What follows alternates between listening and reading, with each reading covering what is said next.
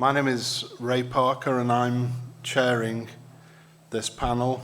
To my right is Ray Long, current president of the British Computer Society. Tom Bryant, who's a digital transformation expert, currently assisting us here in Jersey. And Scott Wickendon, who carries political responsibility for this august project. And over there in the corner, and here he is Hannes Astok, who is with the eGovernment Academy in Estonia, and who greets us from that place. I'll address a few comments to start off with, fairly brief, and then I'll ask Ray Long here to give us his perspective on where this area might develop. When I sat here at this time last year, we'd pretty much only just started in eGov. Quite a lot has happened since then. There's been a lot of initiatives started. We've had some successes, but I think it can be said that the platform is well and truly under construction. The purpose of today's talk is really to try and get some perspectives out about what we may have the opportunity to do in the future using that platform. So we've assembled a team of experts here to give you their perspectives. When I first looked at this subject in detail, probably about 18 months ago, I was somewhat surprised to find out that the United Nations had assumed the responsibility for keeping score on how this has developed around the world. And not only that they've been keeping this score for the best part of 13, 14 years.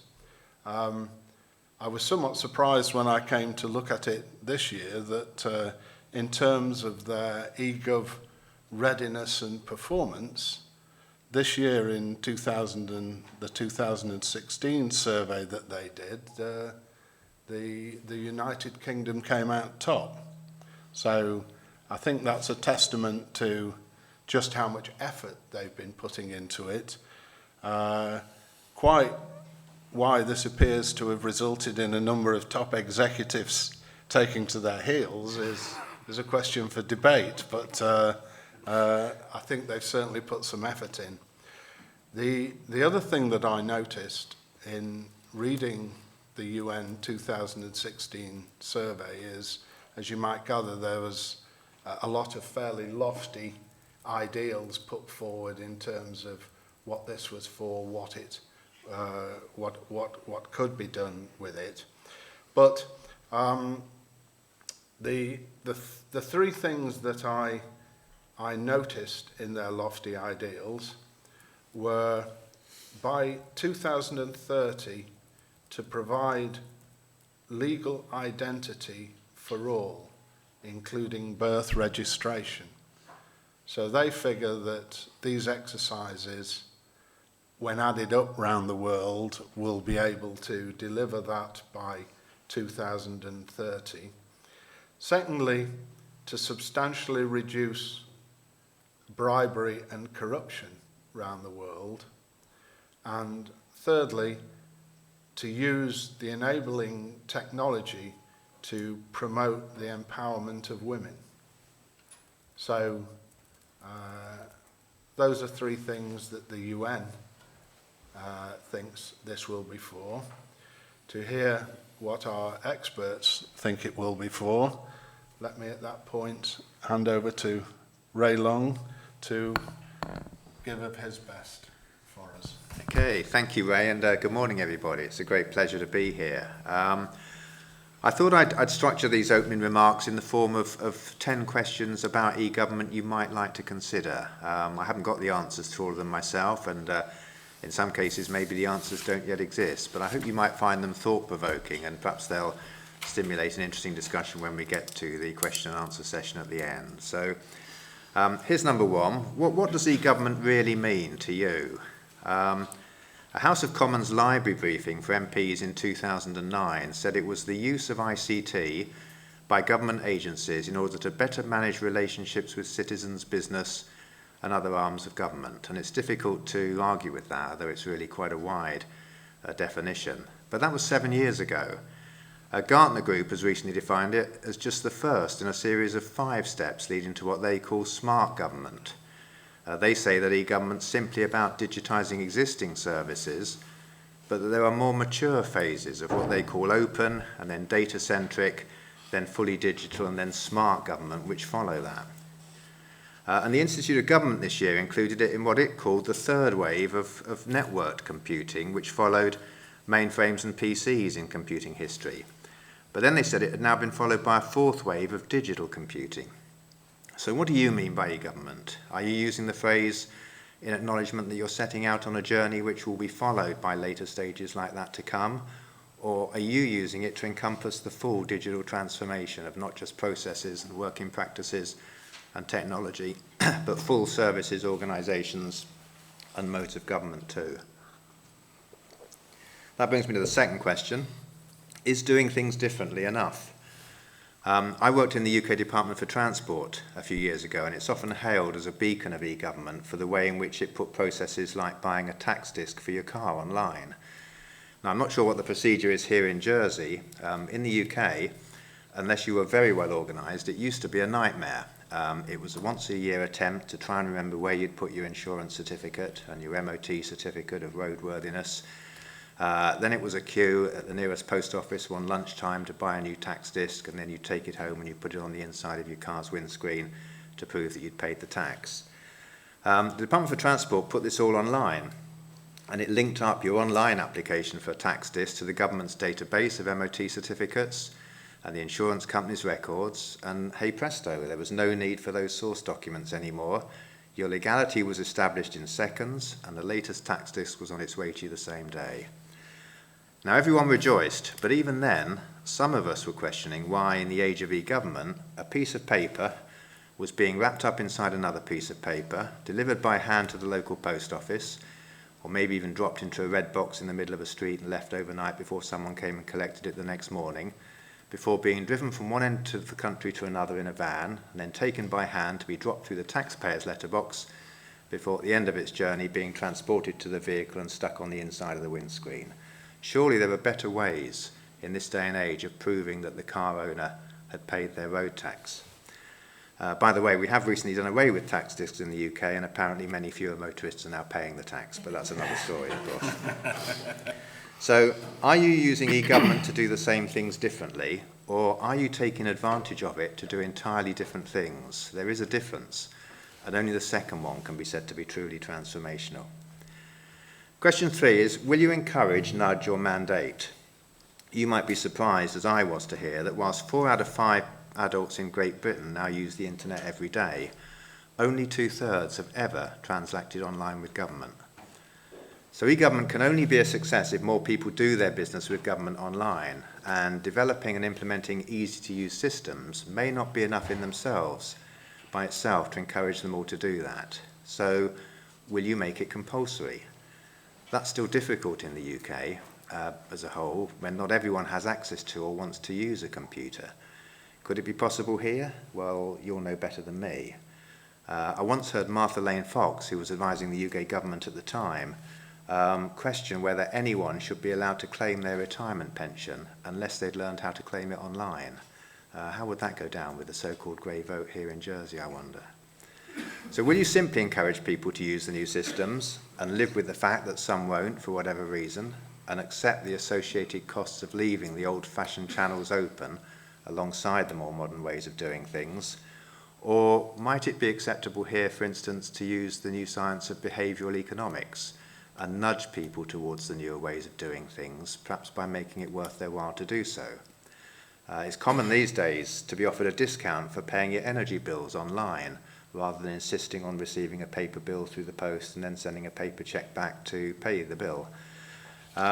We don't yet offer people a reduction in their tax bill if they fill in a tax return online and pay online, or give them an increased rate of social security payment if they claim online. Would that be politically acceptable to do here in Jersey, I wonder? Question 4 is, are you joining up government?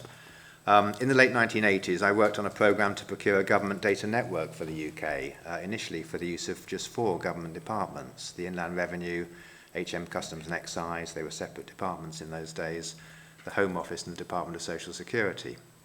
Now, this was simply a shared telecommunications network. The departments were just going to be using the same copper wire in those days.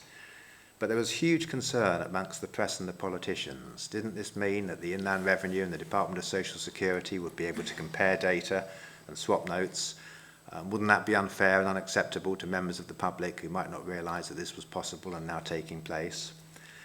We reassured them at the time that it wasn't the intention and was indeed impossible. But nearly 30 years on, the public mood has changed regarding data sharing within government. Now it's, why on earth wouldn't HMRC and the Department for Work and Pensions compare notes to see whether someone's tried to cheat the system or not? So are you using e-government to join up government systems and services here in Jersey? In some cases for the benefit of the public, if it makes doing business with government an easier and a more streamlined process for them, but in other cases to the wider benefit of taxpayers in general and to the disbenefit of those who try and gain an unfair advantage. Are you mining your big data and using latest technologies like machine learning to spot what's going on in a way that you wouldn't be able to see without those latest technological capabilities? Question 5 is, have you asked enough questions? How many times have you used an online system and thought, if only I could get the person who designed this to sit alongside me and watch my frustration with the difficulty I'm having in using it?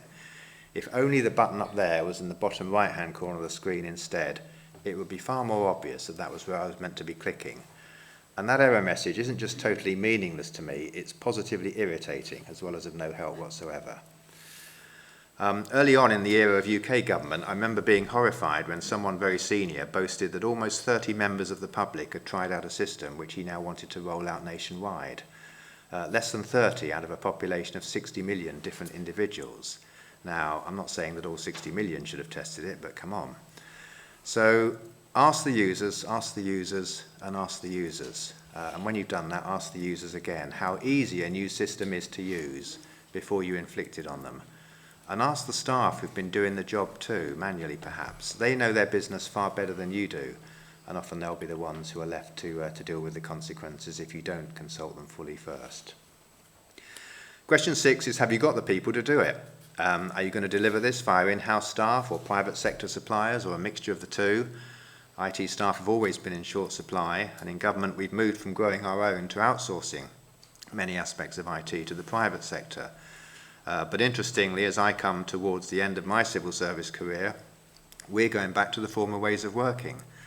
In my current department, the Department for Work and Pensions, or DWP, where I work for my day job, we're recruiting school leavers now as digital apprentices, and we're teaching them how to be professional coders, just as I was taught how to program computers by civil service colleagues back in the 1970s. And we're bringing things back in-house, which for years have been done outside.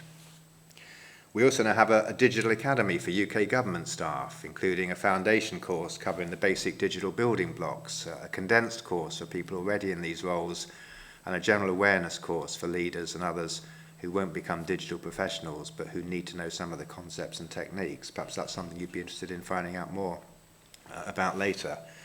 And we now have a digital and technology fast stream in the UK civil service, a 4-year programme for new recruits which sees them move around the government to gain experience in a range of roles and environments. That brings us to a related question when it comes to skills and capabilities.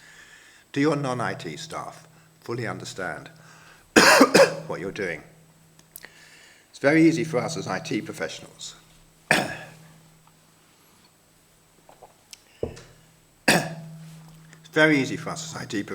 to overestimate the degree to which our non-IT colleagues understand what we're up to. Most people in a professional organisation think they understand HR. It's all about recruitment, isn't it? Even if they're not good at maths, they also think they understand what those people in finance are up to. Bear with me, I'm going to lubricate my voice. Even if they're not good at maths, they also think they understand what those people in finance are about. It's basically just adding numbers up, isn't it? But don't underestimate, even in this day and age, the degree to which many of our colleagues are content to be professionally ignorant about IT. Yes, they all use PCs and laptops at home and at work, but when it comes to running large data centres or mining big data or ensuring cybersecurity, they're often content to leave it to the experts. This isn't just an issue when it comes to advising members of the public, of course. If our colleagues don't know how to use modern IT themselves, they're not going to understand the potential to do new things in their part of the workplace. And that's a problem, because it's the staff who are running the existing services who will often come up with the best ideas for improving, redesigning or replacing them, and indeed with new ideas for new policies, but only if they understand the art of the possible when it comes to the newest technologies. Question 8, how much agile is enough? Again, in my current department, in common with many others, we're moving towards an iterative approach to releasing new systems and services, and indeed towards things like policy formulation. So we've moved on from the days when the business would approach us, and by the way, we no longer talk about the business as if it's something different from us. In our digital group, we regard ourselves as very much part of the business. So we've moved on from the days when the business would approach us and ask for a new system, and we'd take copious notes about what was required, then go away for a couple of years before developing a new system, which may have been what was asked for 2 years ago, though often it wasn't really, but really wasn't fit for purpose by the time it became available. Nowadays, we get a minimum viable product out as quickly as we can, knowing that it won't be anywhere near perfect, and we ask our colleagues, and indeed often our customers, to tell us what they think, point out any mistakes that we've made, and suggest improvements. And we tell them that's what we're doing, and that they shouldn't expect things necessarily to work perfectly first time. So colleagues have got used now to giving us feedback on new versions of systems being introduced rapidly. And that's a good thing, and it gets us to a better place much more quickly than the old methods did. But there's sometimes a view today, even amongst our IT professionals themselves, that everything now should be agile, and that the concept of let's all have a play with this together and we'll get it right eventually applies across the board, and of course it doesn't. If you're moving a live data center from one platform to another, the last thing you want to do is to turn the old system off and the new one on before you're sure it's going to work properly. So, as always, use the new approaches in a sensible and appropriate way.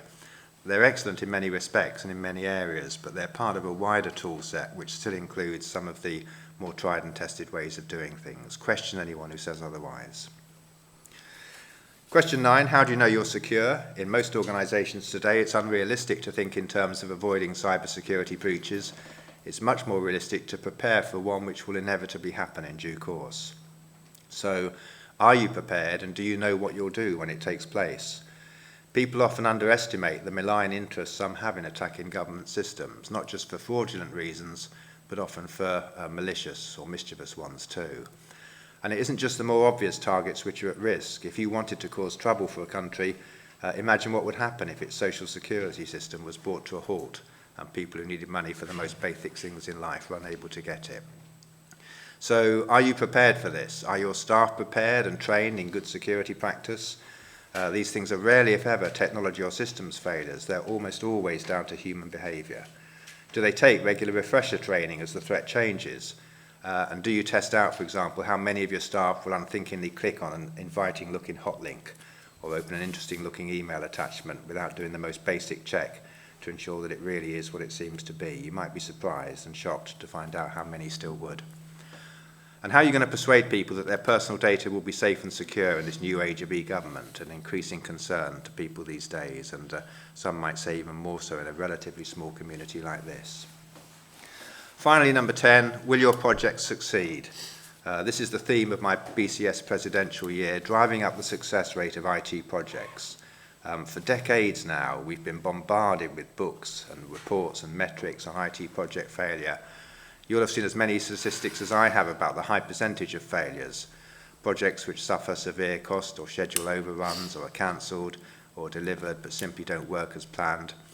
And reports with names like Common Causes of IT Failure and Their Remedies by the NAO and Lessons from a Decade of Project Failure by the IEEE. tell their own stories. But as a profession, we're still not in a good place here, even after decades of working this problem. The strange thing is that, as the titles of those reports too often suggest, we know so much about why projects go wrong. Why is it we don't seem to be able to learn the lessons? Some years ago, the UK government published a list of common causes of project failure, and any quick web search will uncover any amount of similar lists and prescriptions for success, all very similar in their diagnosis of the problem. To my knowledge, no one's yet discovered a missing link, something we all overlooked, and which explains why the same mistakes continue to be made. So that's the cause I've been discussing with various groups this year, driving up the success of IT projects with a positive focus on what we know to be the critical factors in delivering successful outcomes. The aim is to make IT project failure a choice, something that happens because you choose to ignore the good advice on offer, not, as it's too often seen at the moment, as an accepted inevitability. Does that sound impossible? Well, maybe it is. It's certainly big and bold, but we'll never know if we can do it until we do it. So as a profession, I think we should give it a try. And how do we go about it? Well, by adopting proven principles, fresh mindsets, and actions that we know to work. So here are some action areas I think will help, and I'd like to know what you think too. Let's focus on what we already know to be the critical factors in delivering successful projects, the right people, leadership, behaviours and choices. Let's expand our skills frameworks, for example, to include more of the so-called softer skills like personal effectiveness, emotional intelligence, communication skills, collaboration skills and leadership skills, alongside the more engineering-type planning and control approaches we already teach. And let's measure project success in meaningful terms. Let's move to a position where there's no need for any IT project to fail unless it chooses to ignore the factors which lead to success. So there we are, 10 questions that I think are worth considering on the road to e-government. I could have chosen a different 10, and perhaps you would have done, but I hope that's enough to get a conversation going, and I look forward very much to hearing what you think. Thank you very much. Well, thank you very much for that, Ray. I'm sure that will give us plenty of food for thought. I certainly recognised a few resonating issues in there. However, let us thank our technological support staff for restoring Hannes to us. It had me going there for a moment. So, Hannes Astok from Estonia, can I ask you to tell our audience what you feel is important in this field and where you in Estonia feel you are taking your eGov platform in the future? Yes, thank you very much. I hope you can hear me. And hello from Estonia. Estonia is a small tiny country in North Europe, and we have only 1.3 million population. But we are trying hard to be a very digital country and very digital nation. And the reason for it is very simple. We do not have very much natural resources. We have very limited human resources, only 1.3 million people, and that's why we are trying hard to be innovative and efficient, both in governance and as nation in general. Our understanding about the e-government and its future is basing on the two issues, or two blocks of elements. So the analog elements and digital elements. And starting from the digital elements, we are trying to make all our data digital, meaning that all our databases should be digital. We are ready to take capturing all the data in digital format for the government, and we are also digitizing back our historical records, especially population rate related and property related records, and the population records what are in paper, we are digitizing them back to 1700. Also, we'd like to see that every single object, what is important for the government and for the nation, having digital, single digital identity or identifier. So this means that every citizen, every piece of property, every business, every piece of land should have a digital identifier to make sure that we can use those objects as identifiers for the digital government. Also very important part of our approach is a secure data exchange to reuse the data from the various governmental databases. And by having this secure data exchange, we are reusing the data, making the data exchange available, and what is very important, actually in this way we can use and make it real, the principle what is called once only. So this means that we really can ask from the citizens, from the businesses, one type of data only once. So this means that if I'm changing my place of living and I'm providing my new address to the population register, all other institutions, both municipalities, government institutions, but in many cases also banks, telecoms and energy companies can ask from the population register what is the actual home address of Mr. Hannes Astok. And I don't need to submit it to any other government institution again and again and again. So this making our life much more easier as a citizen, but also the data quality is rising, so we can really rely on this data, what is collected from the citizens and stored only in one place as a one type of data. Also, as a next step, what is done in Estonia is that every citizen and resident of Estonia is having secure digital identity. We are providing it through our eID cards and also through the mobile identity, what is the strong digital identity combined to your mobile phone SIM card. And this is the key for the citizens and businesses to the digital society. So we can trust who is at the other end of the channel, who is using this service, who is requesting the data. So the unified government trusted identity system, digital identity system is very important for us. In many cases we can debate that maybe we can use Google identity or we can use Facebook identity, but we all know that to falsificate the social media identities is pretty easy, and if there is a government trusted identity, this makes really the services available and makes them trusted for the both sides, both for the government, both for the businesses and citizens.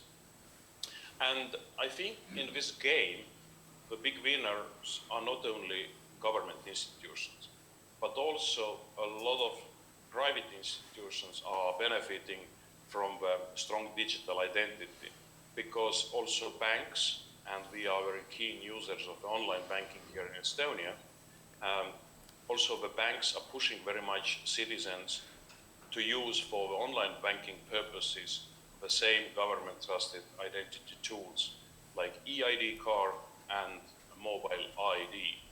So it's a win-win situation, because if the citizens are using government trusted identity, it's a third-party identity, but strong and trusted one. And the banks, by example, they don't need to issue their own security tokens for their clients. So it's actually saving a lot of money also for the private institutions, and they can be more effective. Actually, otherwise they are charging this money anyway from the clients, meaning from the citizens. Now, if you are thinking that how far we can go with services by having secure data exchange, to have strong and trusted databases, and to have secure data exchange and digital single identifiers for everyone. So actually, there is no limits for the services.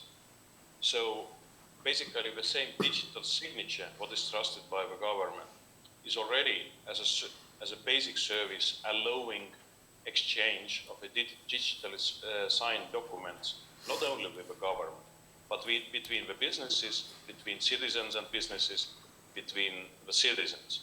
So practically today, we can say that in Estonia, most of the contracts are signed digitally, remotely, but actually making also life of a business is much more easier. And remember, in Estonia, there is 1.3 million people, and the whole population, including infants and retired people, they are providing annually more than 70 million digital signatures. So it's like 55 digital signatures as average. But as mentioned, it includes also infants and retired people. So we can actually say that most of the signatures, what we are providing for the businesses and for the government, are digital. And this is the point of efficiency. Giving you some examples, like our tax collection is very efficient, and tax authority at the end of the year knows very well how much taxes I already paid or how much I should add, or they can refund me some tax money. So submitting tax declaration in Estonia, it takes like maximum 5 minutes. You're just checking the existing data, adding something if needed, but usually everything is already there, and you just accept the previously already made, ready-made tax declaration, and tax authority can return you money what is paid more than estimated in a couple of days. Also, we are using very broadly internet voting. So in the last general elections, around 35% of the citizens were voting online.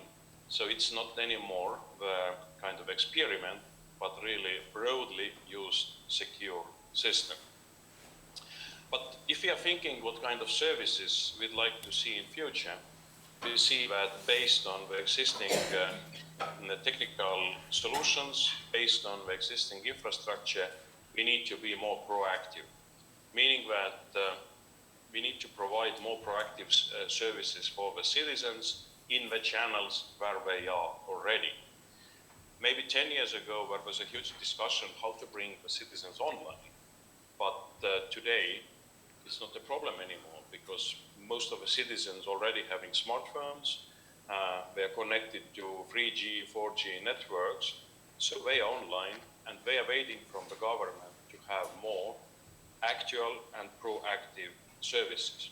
So basically we see that government knows already and predicts based on the existing data already the services what the government should provide for the citizens. So if my children is getting 7, and in Estonia when you are 7 you need to go to school, so most probably government can be more proactive and send my school options for my kids to me a year ago, so I can select what kind of school I'd like to put my children. Or even more simple sample, if my passport is expiring, and that usually I need to have a passport what is valid for next 6 months to travel to most of the countries outside of European Union, so government can basically just send me a short message to my mobile screen and ask, Hannes, do you want to have a new passport? And probably I need just push the button yes, and the passport will be delivered to me as soon as possible. And it's doable because government is most probably having a picture about me, what I have given to the government a few months ago when I was applying for the new driving license, or I can make my new picture just by myself by using my mobile phone. Government is having a sample of my signature. Government is having my fingerprints. So basically government can redesign the business processes by issuing various documents very easily and deliver just ready-made documents to me. Not like now, as I need to visit 2 times a police office to get a new passport. So to summarize, we in Estonia believe that digital society can bring a lot of benefits to the government, to the citizens, and to the businesses, and make the government much more transparent in its processes, much more efficient in its processes, and much more inclusive by including also citizens to redesign the processes for the public services. Thank you very much. Thank you, Hannes, for your time and your input. Most illuminating. I'm sure we'll have some questions about some elements of that, but in the course of time, let us proceed on to Tom Bryant, Digital Transformation Specialist. Excellent. Okay, and yes, I will hopefully try to keep this much shorter, but how can I follow this? I can't follow that. How is that? Okay, over 20 years of business, global business transformation experience. I've done business transformation projects for Barclays, British Gas, 20th Century Fox. I've seen a lot of transformation over my time. I have also been the senior advisor in the Cabinet Office in the British government for digital and technology skill transformation. So I have been part of that wonderful journey that Ray was talking about earlier. And my key message is this. It's really, really quite simple. And that is that e-government and digital transformation is not just about the shiny new digital tools. It's not about just the online services and social media. It's about changing the skill set and the mindset behind those tools and behind those channels to really realize the benefits. We need to be sure we aren't just taking paper forms and making online forms. And that we're not just changing the way we engage with our citizens, but we are changing the ways we're working behind that engagement, that we have the right digital skills, the right awareness, the right mindset to truly create the innovation and ultimately support the new e-government. An example of this journey, as we've already heard, is my time in the British government. Ray mentioned the amount of effort that has been, and I'm really, really happy to have been a part of that. We created a massive, for example, digital and technology skills matrix. I worked across all ministries to really understand where are we currently in terms of digital skills, what is that gap, how are we going to get from A to B. I specifically went to DWP, which was a real pleasure to spend some solid time there, and helped create the DWP Digital Academy. Helped create their digital apprenticeship program and helped create their digital leadership program, which I've just heard about a month ago that now that is going from DWP to cross-government. So it's starting to show you how serious you really do have to take the skills and the knowledge and the mindset behind an e-government strategy. Honestly, my mantra in all of this is that digital is about people and not technology. It's about emotional intelligence, not artificial intelligence. And I think we can't make the mistake of forgetting that technology is just a tool and digital is just a channel. It is our civil servants at the end of the day that are truly going to make a success of an e-government. We have to make sure that they have the ability to support this wonderful new vision that we have for a digital government and a digital Jersey. In order to do that, I see three key considerations, and that's skill, that's culture, and that's talent. Take skill first. Of course, there are technical skills we need to consider. We do need to have web development, cybersecurity, data analytics, etc. But then there's behavioral skills that we absolutely cannot forget, and that's about a new mindset of innovation, a mindset of challenging the status quo. And that mindset leads to culture, where we need to make sure that we're creating cultures that allow for this innovation, that allow for us to fail fast, that allow for us to really challenge and to drive out the innovation that we're so desperately trying to make happen. And then lastly, then that leads to talent, and we need to make sure that we're not only building from the inside, but that we are able to recruit and retain the precious digital talent that we're going to need. We need to make sure that we're creating that talent pipeline that is going to sustain us as an e-government going forward. So really my role here is to now create the right digital leadership program for Jersey, and to really ensure that we have leadership that understand that digital is much more than just about technology, and that a leadership team that can address those truly transformational pieces of skill, culture, and talent. Well, I'm glad you're here, having heard that. And thank you for that, Tom. The poison chalice now passes to Assistant Minister Scott Wickendon to respond on behalf of Jersey to a lot of these areas. So I gladly pass that to him. Thank you, Ray. And Ray, Hannes, Tom, thank you for taking time to be here today. It's really great to see you. The first time I met Hannes, it was earlier this year when I visited Estonia with Senator Joseph and Tony Moretta, and he looked exactly the same, actually. It's exactly how he looked.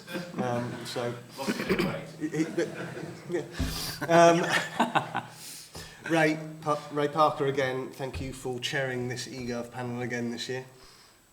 Tech Fair is such a valuable event and deserves all of our thanks. And thank you all for taking time to be here today. This is the third Jersey Tech Fair, and they are getting better each year. I encourage you to visit all of the exhibitions and stands and attend some of the talks and panels that are happening over the next 2 days. So 5 months ago, I accepted the role as Assistant Minister with responsibility for e-government. The Chief Minister truly believes in the need for digital transformation, and the creation of my position is his support and commitment for the delivery in this change. We heard earlier some questions about what is e-government from Ray. But what is e-government? If you look it up on Wikipedia, it tells you that e-government is the use of electronic communications devices, computers, and the internet to provide public service to citizens. But to me, e-government is about a personal, real-time trust relation with you, our citizens.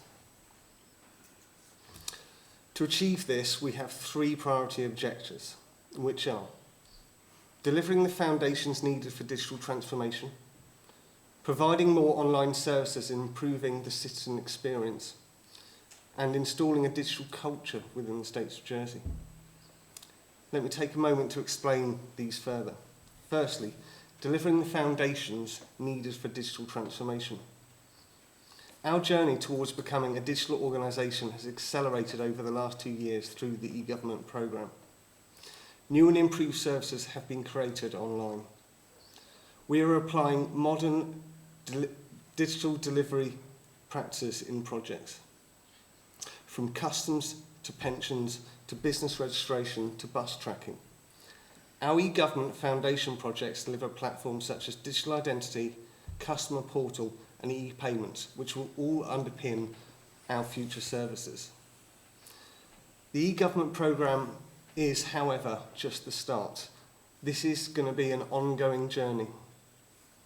We have delivered many services as part of the e-government programme which are making islanders' lives easier while at the same time reducing administration. A further 14 projects are underway, for example, replacing our tax system and enabling a more efficient police force through the Smart Police programme. Our e-government foundation projects enable new levels of cross-department service delivery. These provide greater convenience for our citizens who prefer to deal with the State of Jersey through digital channels.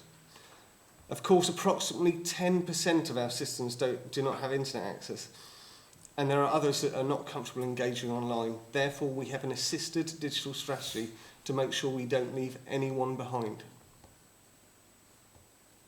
In 2017, we will have a safe digital ID to allow citizens to prove who they are online. This will enable transactions such as online tax returns. Citizens will provide information once to the State of Jersey. The digital ID enables trusted relationship between citizens and the State of Jersey, thus reducing the burden on providing repetitive data. You will control your data and how it's used. You will determine what information is shared between State's Department, thus enabling digital experience of your choosing.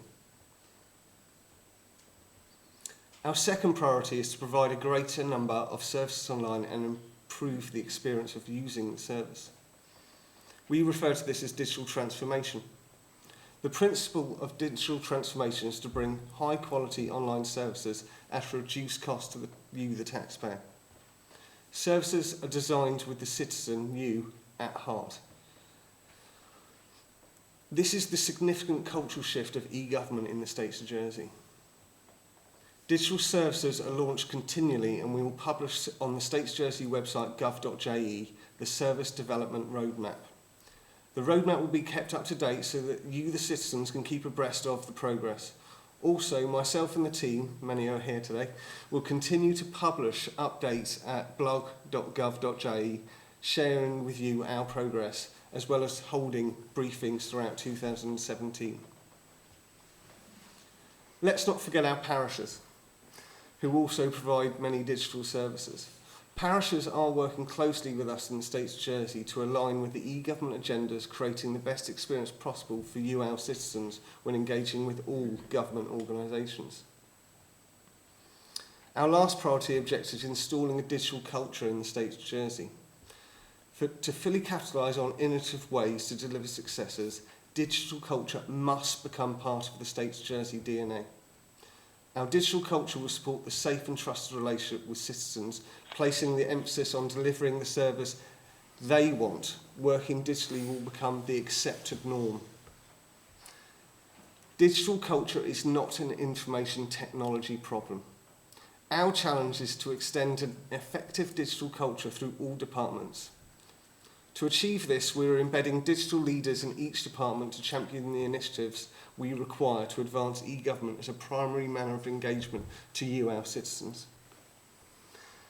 Digital leaders have a primary role to help colleagues adopt new digital processes and ways of working. Tom, as you heard previously, is supporting the States of Jersey to develop and mature our digital leadership programme. Dan, thank you for that, Tom. Myself and the ministers all support the digital leadership agenda. It's exciting to see the States of Jersey embracing new ways of working and collaborating to achieve the right services for you, our citizens. By delivering the priority objectives I have set out, you will have an e-government which works for you, for your community and for your business.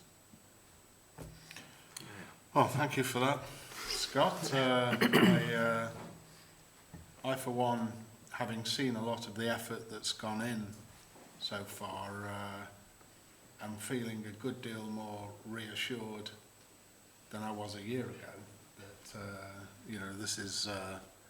this will deliver solid progress.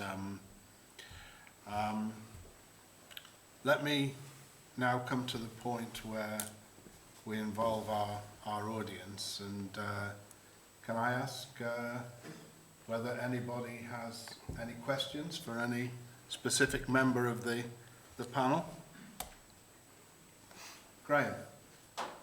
You've all mentioned the culture. I think it is absolutely critical. I suppose other lessons from the UK and from Estonia in terms of culture within government and within civil service.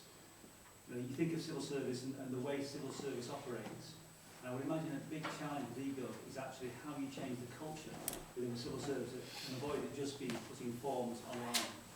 So it's really, what are the lessons from the UK and from Estonia, the kind of blockers and how you got through those to get the whole of government moving? Do you two gentlemen both having experience of that just a quick comment? Certainly just a quick one to throw in there. You're absolutely right.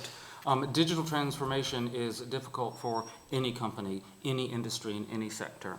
But we have to be honest. When it comes to the public sector and to government, we do find more bureaucracy sometimes. We find a lot of processes, etc. And you're never going to get innovation until you can have flatter organizations, which we've looked at, until you really change a mindset. Maybe you can't always change all of the processes and all of the structures. So what you can change is the mindset, which is why so much time and effort has gone into programs in the UK to talk about the difference between slow and fast decision making, the difference between kind of close, driving information, driving decisions down, and actually providing an environment for decisions to be made, full stop. So there is a fascinating shift between what you would call an analog leader or an analog government to a digital leader to a digital government. So you kind of make those, you understand what both of those are, and then you've got to have that program in place to try to move people to the new way of thinking. Yeah. I think I'd highlight three areas, all of which have difficulties and challenges in different respects. I mean, capability I talked about in my opening remarks, and that's capability not just amongst the IT professionals, but amongst all those who work in government departments. In DWP, we have a series of events where senior staff are encouraged to go out and talk to staff in all parts of the country about what's the latest developments in the department. And we did one not long ago which focused on technology. And I was surprised how many, it was a small number, but it was nevertheless quite a significant number of colleagues just had not ever handled a tablet before when we handed them out and started to try and encourage them to experience what some of our customers are experiencing these days. You know, they didn't know how to operate a touch screen and things like that. So getting the capability levels up, which, as I said in my comments, will encourage people to come up with bright ideas once they understand the potential of technology is important. Innovation and risk in what is generally a risk-averse environment is a challenge. So it's quite right that in many respects we're more risk-averse in government when we're dealing with large sums of taxpayers' money than we might be in another environment. But there are still things that we could do better, I think. I remember many years ago a very grand permanent secretary, now a former permanent secretary, saying to me once, of course we're all encouraged to be risk takers in government these days, and he said, I encourage you to do that. But then he looked at me with a beady eye and he said, but don't you go taking any risk, that will come back and cause many problems, will you? So that was the definition of risk in Whitehall at that time. I guess the third thing I mentioned is governance, where again, we're very good in UK government at putting in Rolls-Royce governance structures, again because of the concerns around not doing anything improper with taxpayers' money. And I think we need to look at the extent to which those more traditional governance structures, the sorts of things that most of us were taught when we did Prince 2 and MSP courses and things, are necessarily as appropriate for the new agile ways of working that I referred to as they are for the more traditional ways. And it may be that we can streamline some of those or adjust them to make things operate more smoothly. We lost Hannes. Does He's gone away. does anybody else have something to say? The young lady at the back. So I've listened with interest about, I'm coming from Guernsey government, and we have similar issues, I think, to yourselves around local talent and the number of the access to people with those digital skills. I'm interested in, with that, how are you going to grow that? How are you looking at ensuring that the brightest and best remain on islands? Absolutely. What are you looking at around that? Shall I just quickly? Just jump Yeah, in. just two quick things. I know we're running out of time.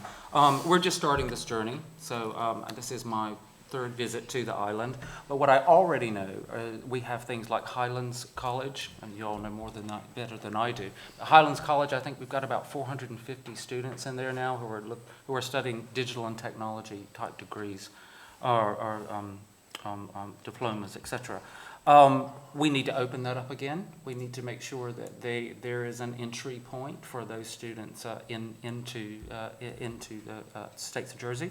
I don't think that is probably as big and robust as it could be at the moment. But my second point, and I think this is hard. I'm not saying this is easy, but this is about culture. If we really truly want to attract and retain that young digital talent, we have to address the culture. We cannot, we can't be a staid, just difficult, overstructured, overburdened environment for young digital natives and millennials. That will not attract the type of young talent we need. So that's about creating fluid, flexible, interesting, adaptable cultures that attract those young people. Yeah? Okay, the young lady in front of you, and I'm afraid that will have to be our final question. Okay, thank you. So Scott, you mentioned the assistive digital access program. Yeah, assisted digital. So to what extent does digital uptake in the general population rely on skills? I think, to me, how much skills go into the general population, it's not generally about skills, it's about ease of use and support. So within the assisted digital strategy we've got. It's about being able to go to places that you're all used to going. The parish halls, the library will be looking after and helping and supporting people. And we're going to have, in the next few years, a new customer service building, which is just going to have all of the services that government provide in one place. So it's very much like e-government. You go to one place to get all your service digitally. There'll be a place to go and get support for all services in one building within Jersey. So I would say we need to make sure that the services that we provide digitally and online are set out so that skills isn't a big problem for people to use, that it's intuitive and it's easy to use. Because the last thing we want to have to do is start training people, because then it puts effort within people's life, and e-government is about removing the effort from people's life so they've got time to do the things that they want to be doing, not dealing with government. Oh well, let me then bring our affairs to a close. I'll just issue a two-line what I take away from this, so you can see where I stand. The two things I took away most strongly from this was the question of the word trust, and from what Hannah's had to say, the word proactive. Putting the trust in the minds of the users is absolutely paramount to me. I'm reassured here, having heard a lot of this, that we're going to put a lot of effort into the skills and the culture and the side of it, but the trust is what makes it work ultimately. Proactive is a big word in the future, and that down in Jersey comes down to me as vision. What can we do with this? How can we truly make people's lives better? So, having said that, let me thank our panel, Hannes, Scott, Tom and Ray, for their time and effort, and thanks to all of you for making the time to come. Thanks.